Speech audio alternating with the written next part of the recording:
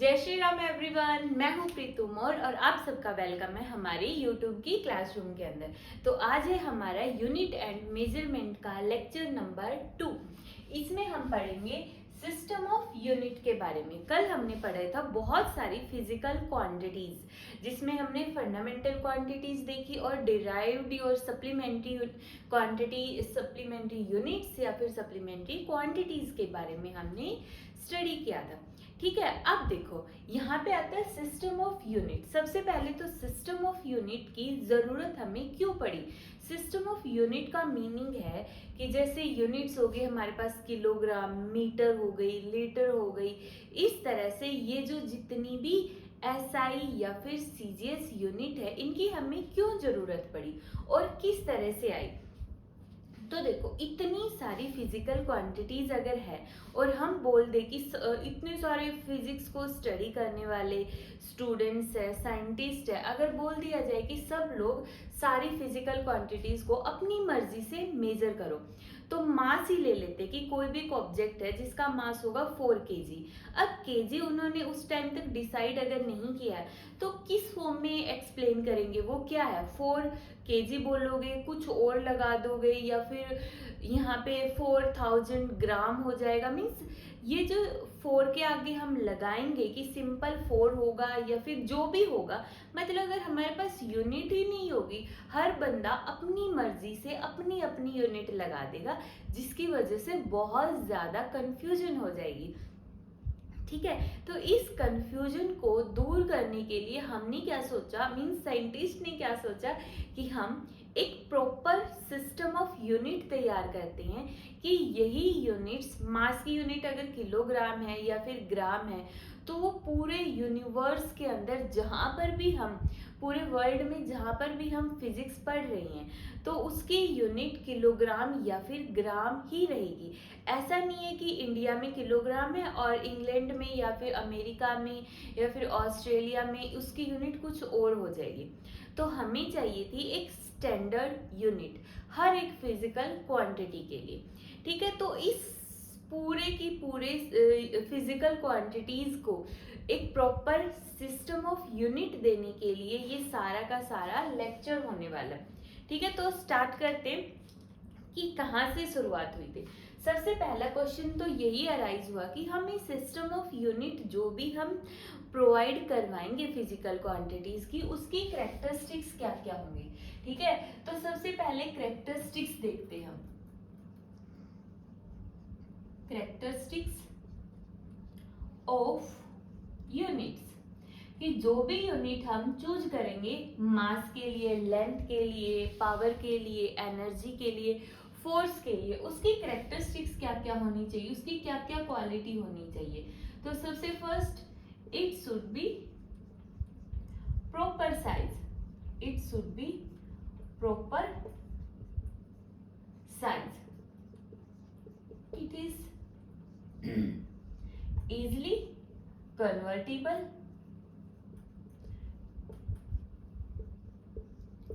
it should not change, should not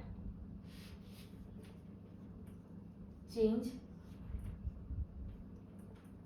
with respect to temperature, pressure etc। Means कोई भी external condition की वजह से वो यूनिट चेंज ना हो, इजीली कन्वर्टेबल होनी चाहिए, प्रॉपर साइज होना चाहिए। अब इनको अच्छे से समझेंगे हम। एक्सेप्टेबल होनी चाहिए, ऑल ओवर द वर्ल्ड। ठीक है, तो कुछ यही हमारे पास कैरेक्टरिस्टिक्स होगी कि प्रॉपर साइज होने का मतलब क्या, ना तो वो यूनिट बहुत ज्यादा स्मॉल हो और ना बहुत ज्यादा लार्ज हो, एक मीडियम सी साइज की हमें यूनिट लेनी है। ठीक है, इजिली हम उनको कन्वर्ट कर सके, ना वो चेंज हो और पूरे वर्ल्ड के अंदर उसको एक्सेप्ट किया जाए। अब देखो, अब इसके लिए जो सबसे पहले सिस्टम ऑफ यूनिट आई, इनमें से जो भी हम सिस्टम ऑफ यूनिट पढ़ेंगे, किसी को भी हमने रिजेक्ट नहीं किया है, सिर्फ उनको हम इम्प्रूव करते चले गए। जैसे सबसे पहले हमने पढ़ा एफ FPS। ठीक है, मैं यहाँ पे ऐसे बना देती हूँ FPS, एक है CGS जो छोटा सा ही है, ऐसे ही दे देते, ठीक है, एक है MKS और एक है SI, जिसको हम बोलेंगे इंटरनेशनल सिस्टम ऑफ यूनिट। ठीक है, ये हमारी सबसे ज्यादा इंपॉर्टेंट है, जो आज के टाइम पे यूज होती है सबसे ज्यादा। तो देखो FPS, यहाँ पे जो F वर्ड है उसका मीनिंग होगा foot, P for pound, S for second. ठीक है, यूनिट किस किस की है ये हमेशा यूनिट होगी मास, लेंथ और टाइम की। ये हमारी टाइम की हो गई, ये हो गई पाउंड मास की, फुट हो गई लेंथ की। तो तीन फंडामेंटल जो क्वांटिटीज है हमारे पास, मास, लेंथ और टाइम, उन्हीं की यूनिट हम यहाँ पे स्टडी कर रहे हैं। वैसे तो सभी की देख लेंगे बट इम्पोर्टेंट यही तीन वाली है।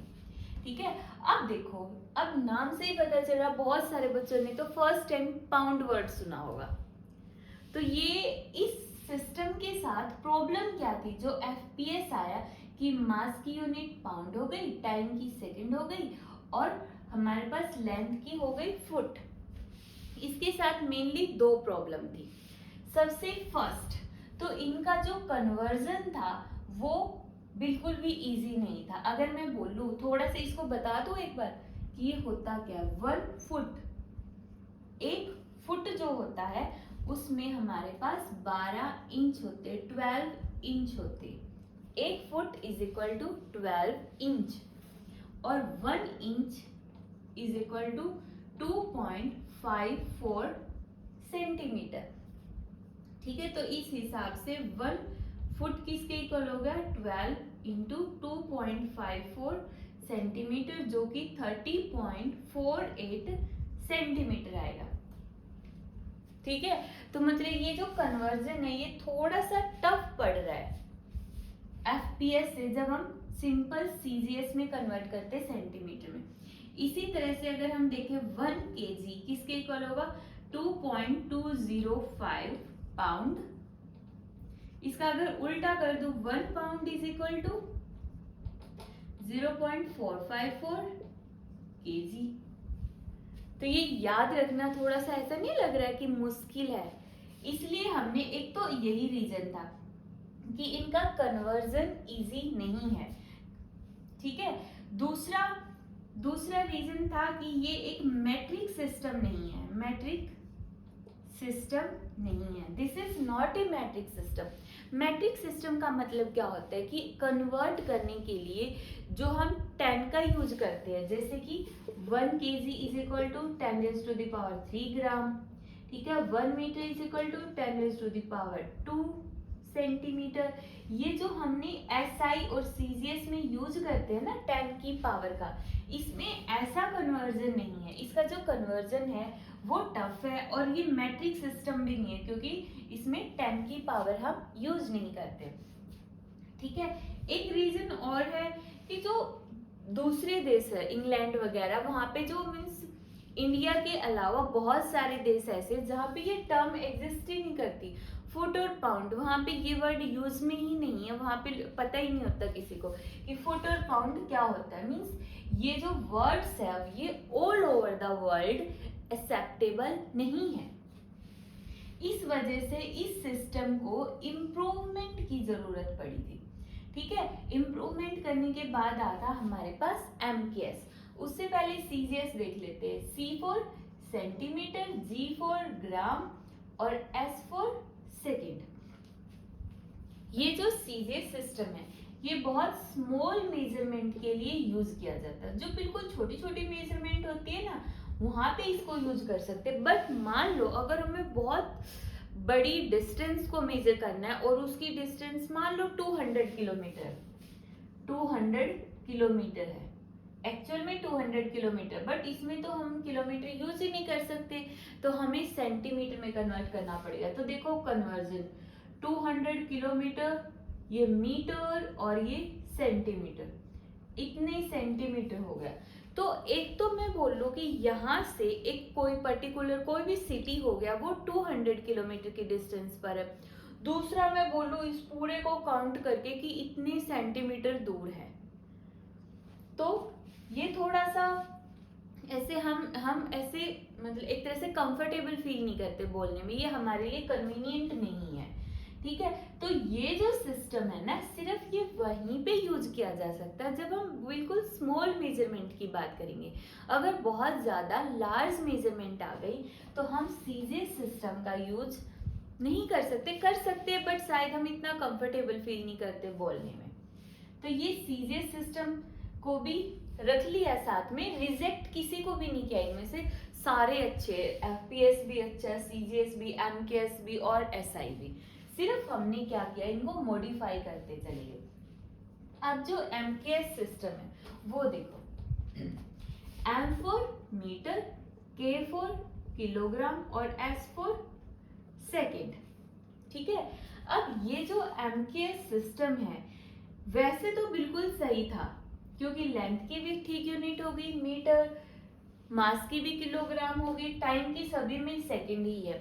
बट इसमें एक छोटी सी प्रॉब्लम आ गई। वो छोटी सी प्रॉब्लम क्या थी कि अगर हम ले लेते हैं मैकेनिकल एनर्जी और एक हम लेते हैं हीट एनर्जी। जब हमने लिया मैकेनिकल एनर्जी तो एमके सिस्टम ने इसको यूनिट दे दी जूल नाम, और जब हमने बोला हीट तो इसको नाम दे दिया किलो कैलोरी। किसकी यूनिट बन गई, किलो कैलोरी। ठीक है, और फोर्स की यूनिट, फोर्स इन्होंने बोल दिया किलोग्राम। फोर्स हो सकती है इसकी ग्रेविटेशनल यूनिट और न्यूटन हो गई इसकी एब्सोल्यूट यूनिट। ठीक है, एब्सोल्यूट यूनिट में न्यूटन और डाइन हो गए और इस ग्रेविटेशनल यूनिट में किलोग्राम फोर्स और ग्राम फोर्स हो गई। अब तुम्हें समझते टाइम ही ये लग रहा होगा कि पता नहीं क्या बोल रहे हैं। तो देखो ये जो एमकेएस सिस्टम है ना, ये बोल रहा जितनी भी हीट है, जितनी भी एनर्जी है, उन सब को इन्होंने अलग अलग यूनिट डिफाइन कर दी है कि हीट की ये यूनिट होगी, मैकेनिकल एनर्जी की ये वाली यूनिट होगी, फोर्स की ये वाली यूनिट होगी। मीन्स हर एक यूनिट की वैल्यू इन्होंने, हर एक फिजिकल क्वांटिटी की वैल्यू इन्होंने अलग दे दी है। इस वजह से साइंटिस्ट को लगा कि इसको थोड़ा सा मॉडिफाई करने की जरूरत है। वैसे ये सही है मीटर, किलोग्राम और सेकंड के हिसाब से, बट ये चीजें इसमें थोड़ी सी गड़बड़ है, बच्चों के लिए गड़बड़ हो जाएगी फिर। तो इन्होंने बाद में क्या किया, इसको मॉडिफाई करके इंटरनेशनल सिस्टम ऑफ यूनिट बना दिया। अब एसआई सिस्टम के अंदर क्या बोला कि चाहे कोई भी एनर्जी है या कोई भी हीट है, उसकी यूनिट होगी जूल, और फोर्स की यूनिट होगी न्यूटन। ठीक है, एसआई के अंदर। सीजीएस का थोड़ा सा अलग हो जाएगा, वैसे इन जनरल यही रहने वाली है। ठीक है, कोई भी एनर्जी हो गई जूल, फोर्स की हो गई न्यूटन, ये kilogram force, gram force, Newton वगैरह का कोई मतलब कंफ्यूजन ही खत्म कर दिया। एक तरह से इन्होंने ना ऐसे ग्रुप बना दिया है कि ये इतनी सारी एनर्जी, हीट, सबको एक ग्रुप बना दो और सारे ग्रुप मेंबर को एक यूनिट असाइन कर दो जूल। तो कंफ्यूजन दूर कर दी ना, नंबर ऑफ यूनिट्स भी कम हो गए। तो ये हमारा एसआई सिस्टम के अंदर आ गया। इसने हमारे लिए काम आसान कर दिया। मीन्स जो हम क्रैमिंग ही करनी पड़ती है यूनिट्स की, तो एक तरह से याद हो जाती है वो। तो ये याद करने का जो काम है एसआई सिस्टम ने बहुत कम कर दिया, उसको लिमिटेड कर दिया। ठीक है, ये एक मैट्रिक सिस्टम है। जो एसआई सिस्टम है कैसा सिस्टम है, मैट्रिक सिस्टम है। पता चली गया होगा, अभी बताया था 1 kg is equal to 10⁻³ gram. Means इसको 10 की पावर के थ्रू हम इजिली कन्वर्ट कर सकते हैं। ठीक है, ऐसे ही सिस्टम को हम रैशनलाइज्ड एमकेएस सिस्टम भी बोल सकते हैं। इसका दूसरा नाम क्या होगा, rationalised MKS system. Means MKS system को थोड़ा सा मॉडिफाई करके हमने एक नया सिस्टम ऑफ यूनिट बना दिया है। तो ये हमारे पास जो सिस्टम ऑफ यूनिट्स थी हमने पढ़ी, रीजन भी देखा कि इसको रिजेक्ट क्यों किया और इसको हमने रिजेक्ट क्यों किया, रिजेक्ट मतलब मॉडिफाई करने की नीड क्यों पड़ी। हो गया क्लियर। नेक्स्ट टॉपिक, तो अब हम देखते हैं लेंथ की हमने यूनिट देख ली, सेंटीमीटर देख ली हमने और फुट देख ली और मीटर देख ली। अब हम इसकी कुछ बिगर साइज की यूनिट्स देखते हैं। मींस अगर हम बात करें स्पेस तक की कि अर्थ का जो सन से डिस्टेंस कितनी होगी या फिर मतलब बहुत लार्ज डिस्टेंस के बारे में अगर हम स्टडी करेंगे तब हम कौन सी यूनिट लेंगे, क्योंकि ना तो वहाँ पे सेंटीमीटर हो सकता है ना वहाँ पे मीटर हो सकता है, किलोमीटर ठीक है, बट फिर भी हम एक स्पेसिफिक वैल्यू भी डिफाइन कर सकते हैं। जैसे एक हो गया एस्ट्रोनॉमिकल यूनिट। ये तीनों डेफिनेशन बहुत इंपॉर्टेंट है, अगर बोर्ड एग्जाम की बात करें तो ये डेफिनेशन आएंगी ही आएंगी।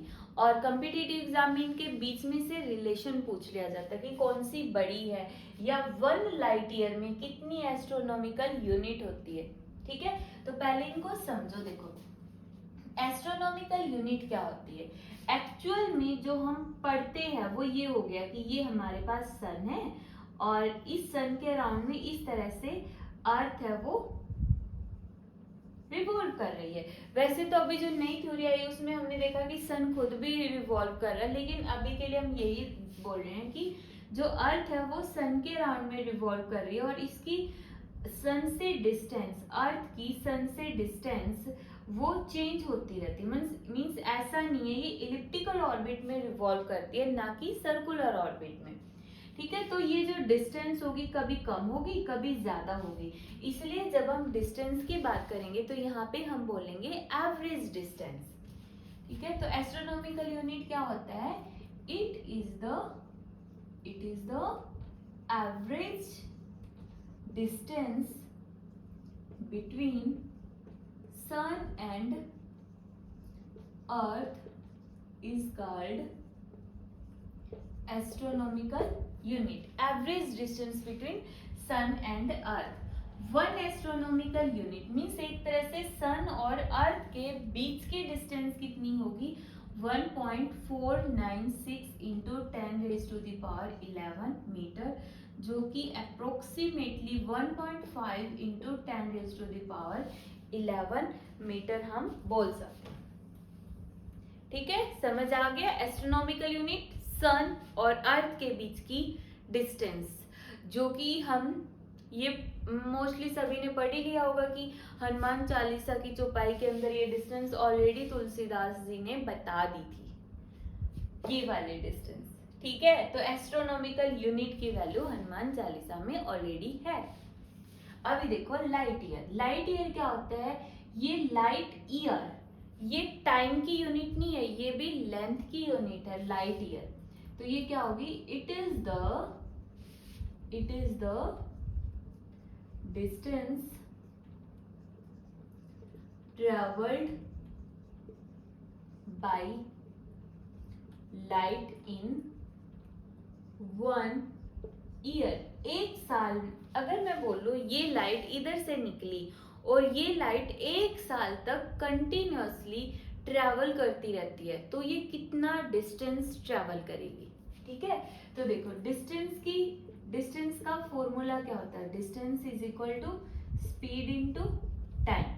स्पीड कितनी है c और टाइम कितना हो गया 1 ईयर, तो लिखो लाइट की speed 3 into 10 raised to the power 8 travelled by light in vacuum, लिख लो इन वैक्यूम इन 1 ईयर। ठीक है, टाइम कितना 1 ईयर मींस 365 डेज। देखो 1 ईयर है ना, इसको हम लिखेंगे 365 डेज। आप डेज को आवर में कन्वर्ट कर दो, 24 आवर से मल्टीप्लाई कर देंगे तो 1 ईयर में कितने आवर बन गए। अब इसको मिनट में कन्वर्ट कर दो तो 60 से, और सेकंड में कन्वर्ट करेंगे तो एक और 60 से मल्टीप्लाई कर दो, मीन्स यहाँ से 3600, 60 into 60 इतना सेकंड हो गया और ये हो गया मीटर पर सेकंड। जब हम इसको सॉल्व करेंगे तो हमारे पास आएगा 9.46 into 10 raised to the power 15 metre. ये किसकी वैल्यू आ गई, लाइट ईयर की 1 लाइट ईयर। कि लाइट अगर 3 × 10⁸ मीटर पर सेकेंड की स्पीड से पूरी साल चलती रहे, नॉन स्टॉप चलती रहे, तो वो इतना डिस्टेंस ट्रेवल कर जाएगी 1 साल के अंदर। ठीक है, हो गया लाइट ईयर क्लियर। अब देखो एक बार इनका रिलेशन देख लो। अगर पूछ लिया जाए कि एस्ट्रोनॉमिकल यूनिट और लाइट ईयर में कौन बड़ा है, तो सिंपल, वैसे तो समझ ही गए होगे पावर के हिसाब से ये लाइट ईयर बड़ी यूनिट है, बट फिर भी अगर पूछ ले कितने फैक्टर से बड़ी है तो डिवाइड कर दो, आ जाएगा 9.46 × 10⁻15, 1.5 10⁻11। इसको सॉल्व करो पावर वगैरह को, और यहाँ पे जो आंसर आएगा वो अपना टिक कर देना। रिलेशन जब भी आता है कर दोगे, आता है रिलेशन तो ये डिवीजन करके देख लेना। ठीक है, नेक्स्ट है पार्सेक। पार्सेक भी क्या होता है, लेंथ की यूनिट है। ये तीनों लेंथ की यूनिट है। ठीक है, तो देखो इसकी डेफिनेशन होगी, it is defined as the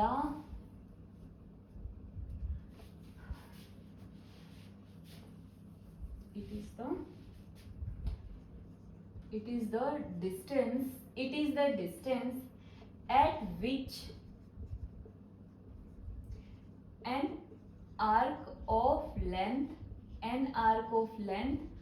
1 astronomical unit makes an angle of 1 second। कैसे, देखो जैसे सर्कल हो गया, इस सर्कल में से मैंने ये वाली लेंथ ले ली जो इसके सेंटर के ऊपर, ये जो आर्क है ना, ये वाली आर्क जो यहाँ पे सेंटर पे एंगल बना रही है, इस आर्क को हमने मान लिया ये 1 एस्ट्रोनॉमिकल यूनिट है। मींस इसकी लेंथ जो है, इस आर्क की लेंथ इतनी है 1.5 × 10⁻11 मीटर। ठीक है, और ये जो डिस्टेंस हो गई वो डिस्टेंस हो गई ये पार्सेक, 1 पार्सेक। और जो एंगल बनाया इसने कितना बनाया, 1 सेकेंड का। ठीक है, अब इसकी वैल्यू निकालेंगे कैसे, सिंपल, एंगल का फॉर्मूला क्या होता है, आर्क अपॉन रेडियस। हमें तो रेडियस की वैल्यू चाहिए ना, क्योंकि पार्सेक रेडियस है, तो यहाँ से रेडियस किसके इक्वल हो जाएगा, radius is equal to arc upon angle. आप सोल्व करो इसको, देखो parsec is equal to arc कितना है 1 एस्ट्रोनॉमिकल यूनिट, एंगल कितना है 1 सेकेंड। और 1 सेकेंड के बारे में हमें कुछ भी नहीं पता। कल मैंने बताया था कि एक वीडियो का लिंक मैं डिस्क्रिप्शन में या कमेंट सेक्शन में डाल दूंगी, उस वीडियो को देख लो, एक बार समझ लो। ये पूरा सेक्साडेसिमल सिस्टम के नाम से एक वीडियो है, वहां पे क्लियर हो जाएगा ये वाला कॉन्सेप्ट। मैं थोड़ा सा यहाँ पे बता भी देती हूँ। देखो हमारे पास 360 डिग्री किसके इक्वल होता है, 2 पाई के इक्वल होता है। सिंपल, ये हम पढ़ चुके, 2 pi is equal to 360 degree. तो 1 डिग्री किसके इक्वल होगा, 2 pi divide by 360 divide by 360। ठीक है, अब 1 डिग्री जो होता है ना, वो होता है 60 मिनट के इक्वल। ये जो मैं एक डैश लगा रही हूँ इसको बोलेंगे मिनट। जैसे इस 0 को हम डिग्री बोलते हैं ना, ये मिनट होता है। और 1 मिनट होता है 60 सेकंड के इक्वल। सेकंड के लिए यहाँ पे 2 डैश लगाते हैं, तो यहाँ पे 1 डिग्री इतना हो गया। 1 डिग्री की जगह मैं 60 मिनट भी तो लिख सकती हूँ। तो यहाँ से 1 मिनट कैसे निकलेगा, 2 पाई डिवाइड बाई 360 और डिवाइड बाई 60। 1 सेकंड को मैं 60, 1 मिनट को मैं 60 सेकंड भी तो लिख सकती हूँ। तो यहाँ से 1 सेकंड किसके इक्वल आ जाएगा, 2 pi divide by 360, 60 divide by 60। ये जो एंगल मैंने 1 सेकंड बोला है इसकी वैल्यू इतनी है। समझ आ गया होगा। अगर बिल्कुल डिटेल में देखना तो उस वीडियो को देख के समझ लो। हमारे सिलेबस में यही कॉन्सेप्ट है, बस कहाँ से आया कैसे आई ये हमारे सिलेबस में नहीं है, बट फिर भी है, समझना है जिसको तो वो वहां से समझ सकते हैं। एस्ट्रोनॉमिकल यूनिट की वैल्यू 1.5 इंटू 10⁻11 और 1 सेकेंड की वैल्यू, यहाँ से जो ये पाई है ना, इसको 3.14 पुट करो और इस पूरी टर्म को सॉल्व करो। तो यहाँ से 1 सेकेंड की वैल्यू जो आ जाएगी,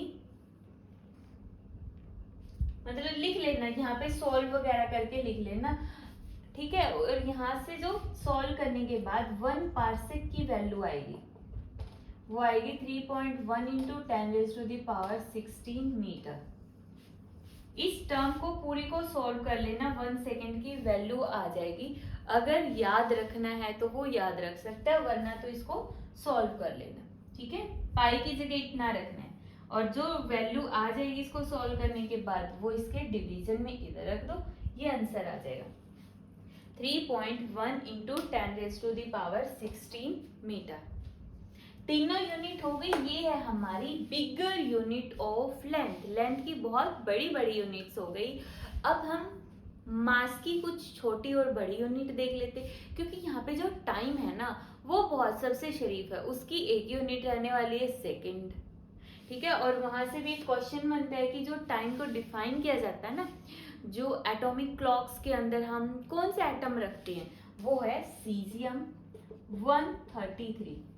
टाइम को मेजर करने के लिए अभी तक इसका यूज किया जाता है, सीजियम 133 का। क्यों? क्योंकि इसमें एरर बहुत कम आता है। जब हम सीजियम 133 की क्लॉक्स यूज करते हैं तो उसमें एरर बहुत ही नेग्लिजिबल होता है, ठीक है। नेक्स्ट है हमारे पास मास की यूनिट, ठीक है। अब इसको पढ़ने के बाद, ये दोनों टॉपिक पढ़ने के बाद हमें 2 न्यूमेरिकल और करनी, ठीक है। बस फिर इस लेक्चर में इतना ही पढ़ेंगे। अब देखो CSL 1 मार्क्स में क्वेश्चन आता है ये, ठीक है। मैंने 2 एग्जाम दिए जिसमें ये क्वेश्चन पूछा गया कि CSL क्या होता है। CSL means Chandrashekhar unit, Chandrashekhar unit. अब यहाँ लिमिट, सॉरी चंद्रशेखर लिमिट, ये किसके इक्वल होता है? ये होता है 1.4 times the mass of sun. Mass of sun, जो सन का मास होता है उसका भी 1.4 टाइम्स। जैसे हम बोलते हैं ना सिंपल कि 1 kg किसके इक्वल होता है? 1000 ग्राम के इक्वल। सिंपल यही है कि 1 CSL किसके इक्वल होता है? 1.4 टाइम्स द मास ऑफ सन। ये जो यूनिट है ये मास की बिगेस्ट यूनिट ऑफ मास है, एक तरह से हम ये बोल सकते हैं CSL, ठीक है। इतना याद रखना है यहाँ पे बस। नेक्स्ट है हमारे पास एक इम्पॉर्टेंट टर्म है, अगर इसको अभी नहीं भी करोगे तो ये +2 में फिर से करनी पड़ेगी, तो इसलिए अभी कर लो। 1 AMU, atomic mass unit. Atomic mass unit means smallest unit of mass, means बिल्कुल स्मॉल मास होता है ना। किसका होता है सबसे स्मॉल मास? हम एटम का बोलते या फिर न्यूक्लियस का बोलते। तो एटम के या फिर न्यूक्लियस के मास को मेजर करने के लिए जो यूनिट हम लेंगे ना वो होगा AMU, ठीक है। AMU atom, atomic mass unit. Atom word आ गया ना, तो एटॉमिक मास यूनिट एटम के मास को या फिर न्यूक्लियस के मास को मेजर करने के लिए यूज होती है। इसकी डेफिनेशन क्या होगी? It is defined as 1/12 the mass of one atom of 6C12। जो कार्बन के आइसोटोप होते हैं ना उनमें से 6C12 आइसोटोप के एक एटम का जो मास होगा उसको 12 से डिवाइड कर दो, ठीक है। तो मीन्स एक तरह से मैं ये बोल सकती हूँ 1 AMU किसके इक्वल हो गया? Mass of 1 atom of 6C12। ये हमारे पास AMU है, ठीक है। अब देखो बिल्कुल इजी सा कॉन्सेप्ट है। एवोगैड्रो नंबर ऑफ एटम पढ़ा है, केमिस्ट्री में भी पढ़ा होगा। एवोगैड्रो नंबर ऑफ एटम एक नंबर होता है 6 6.023 इंटू 10⁻23 एटम्स का जब हम एक ग्रुप बना लेते हैं उसको हम बोल देंगे कि ये एवोगैड्रो नंबर ऑफ एटम हो गए हैं। ठीक है, एवोगैड्रो नंबर ऑफ एटम्स में इतने एटम्स का एक ग्रुप हो गया एक तरह से। तो 6.023 इंटू 10⁻23 एटम्स का मास कितना होता है? मास ऑफ, ये कौन सा नंबर होता है? Avogadro number. केमिस्ट्री में डिटेल में होता है ये, अभी हमारे पास ये इतना ही यूज होता है हर बार। इनका मास कितना होता है? कार्बन के लिए है ना, ये इतने एटम्स किसके लिए हैं? कार्बन के लिए है, इस आइसोटोप के। तो इनका मास कितना होगा? ये देखो 12 है तो 12 ग्राम। और mass of one atom of 6C12 किसके इक्वल होगा? 12। इतने एटम का मास 12 ग्राम है, 12 ग्राम है, तो एक एटम का कितना होगा? डिवाइड कर दो। एक एटम का मास आ गया, इधर ही पुट करना है, बस हो गया 1 AMU। AMU किसके इक्वल हो गया? 1/12 into mass of one atom, ये रहा 12 डिवाइड बाई 6.023 इंटू 10⁻23। 12 से 12 कैंसिल कर दो, और जब हम इसको सॉल्व करेंगे 1.66 इंटू 10⁻⁻27 किलोग्राम आ जाएगा यहाँ पे। ठीक है, ध्यान रखना जब सॉल्व करोगे ना तो ये पावर ऊपर गई तो 27 ग्राम 27 नहीं आएगा, कुछ और यूनिट आएगी, वो ग्राम में आएगी, क्योंकि इधर हमारा ये क्या है? ग्राम है, इधर ग्राम है। लेकिन जब हम किलोग्राम में कन्वर्ट करेंगे तो वैल्यू कितनी आ जाएगी? -27। कर लोगे? इसको याद भी रखना है। 1 AMU किसके इक्वल हो गया? 1.66 इंटू 10⁻⁻27 किलोग्राम। कर लोगे? इजी है। अभी हम सिर्फ 2 न्यूमेरिकल इसके देखेंगे। मेरे पास 3 क्वेश्चन है और ये तुम्हारा होमवर्क होने वाला है, तो इसको नोट डाउन कर लेना। ठीक है, और इसका जो भी आंसर आएगा कमेंट कर देना। अब देखो, इसको हम स्टार्ट करते इधर से। ए सोनार क्या होता है? ये जो वर्ड है ना, यहाँ से भी 1 मार्क्स का क्वेश्चन बनता है। So means sound, N A for navigation, and R for ranging. ठीक है, अब देखो इन्होंने क्या बोला है? fitted in a submarine sends ultrasonic wave which reaches it again after reflecting from the other submarine। Means यहाँ पे एक सबमरीन है और एक सबमरीन यहाँ पर है। ठीक है, ये फर्स्ट है, ये सेकंड है। ये होता क्या है, किस लिए यूज होता है, वही इस क्वेश्चन में समझा रखा है। सबमरीन है, इसने अल्ट्रासोनिक वेव को सेंड किया दूसरे वाले सबमरीन के पास में। अब ये इसके साथ स्ट्राइक किया और रिफ्लेक्ट होके वापिस आ गई। Again which reaches it again after reflecting from the other submarine in 50 second. Total time कितना लिया है? 50 सेकेंड का। टोटल टाइम 50 सेकेंड लिया, मीन्स 25 सेकेंड इसको जाने में लगे हैं और 25 सेकेंड इसको वापिस आने में लगे हैं। ठीक है, अब What is the distance between the two submarine? इनके बीच की डिस्टेंस बताओ कितनी होगी? डिस्टेंस का फॉर्मूला क्या होता है? Speed into time.